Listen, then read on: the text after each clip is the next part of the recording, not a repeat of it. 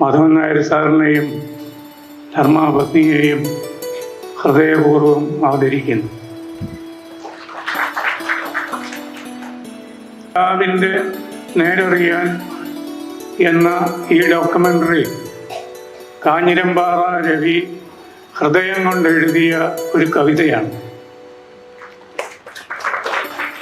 മാത്രമല്ല, ഗുരുശിഷ്യ പാരമ്പര്യത്തിൽ വിശ്വസിക്കുന്ന ഒരാളാണ് ഞാൻ. രവി ഗുരുവിന് സമർപ്പിക്കുന്ന പാദ കാണിക്കയാണ്. അത്ഭുതകരമായ ഒരു യാദൃച്ഛികത എൻ്റെ ഈ സാന്നിധ്യത്തിന് പിന്നിലുണ്ട്. കാഞ്ഞിരമ്പാറ രവി എന്നെ ഈ ചടങ്ങിനെ ക്ഷണിക്കുമ്പോൾ ഞാൻ സ്ഥലത്തില്ല.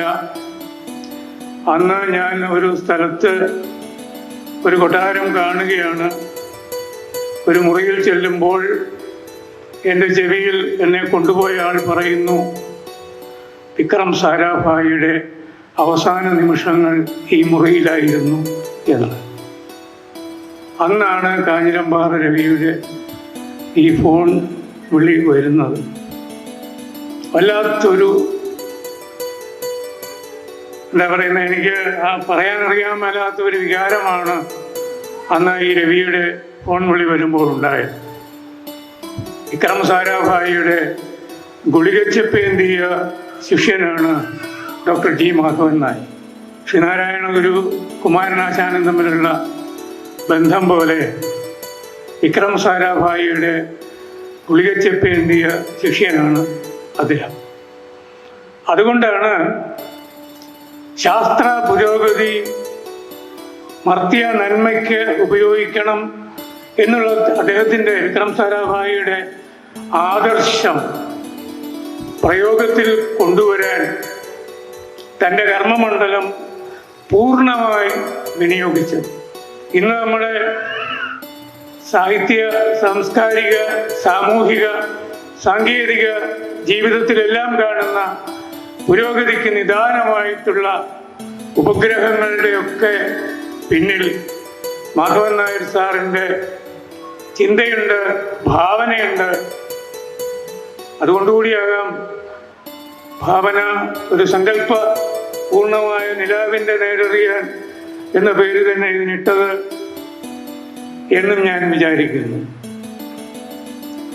മാധവൻ നായർ സാറിൻ്റെ ജീവിതത്തിലൂടെ അല്പസമയമാണ് നാം പോയത്. ആ അപൂർണതയുടെ അഭിരാമത നാം എല്ലാം ഹൃദയപൂർവ്വം ആസ്വദിച്ചു. ഇത് പല തലങ്ങളിൽ അവതരിപ്പിക്കേണ്ടതുണ്ട്. അതിന് സർക്കാർ മുൻകൈ എടുക്കും എന്നാണ് എൻ്റെ വിശ്വാസം. റിയാക്ട് ഇതിന് ആദ്യത്തെ പ്രദർശനത്തിന് അവസരമുണ്ടാക്കിയതിൽ അതിൻ്റെ പ്രവർത്തകർക്കെല്ലാം അഭിമാനിക്കാം. APJ അബ്ദുൽ കലാമിൻ്റെ ജീവിതത്തിലൂടെ അല്പമെങ്കിലും കടന്നു പോകാൻ ഈ ഡോക്യുമെൻ്ററി നമ്മെ സഹായിച്ചു.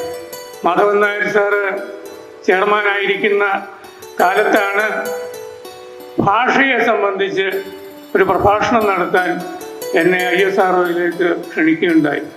സാറിന് ഇഷ്ടമല്ലാത്ത ഒരു വിഷയവുമില്ല എന്നാണ് ഞാൻ മനസ്സിലാക്കുന്നത്.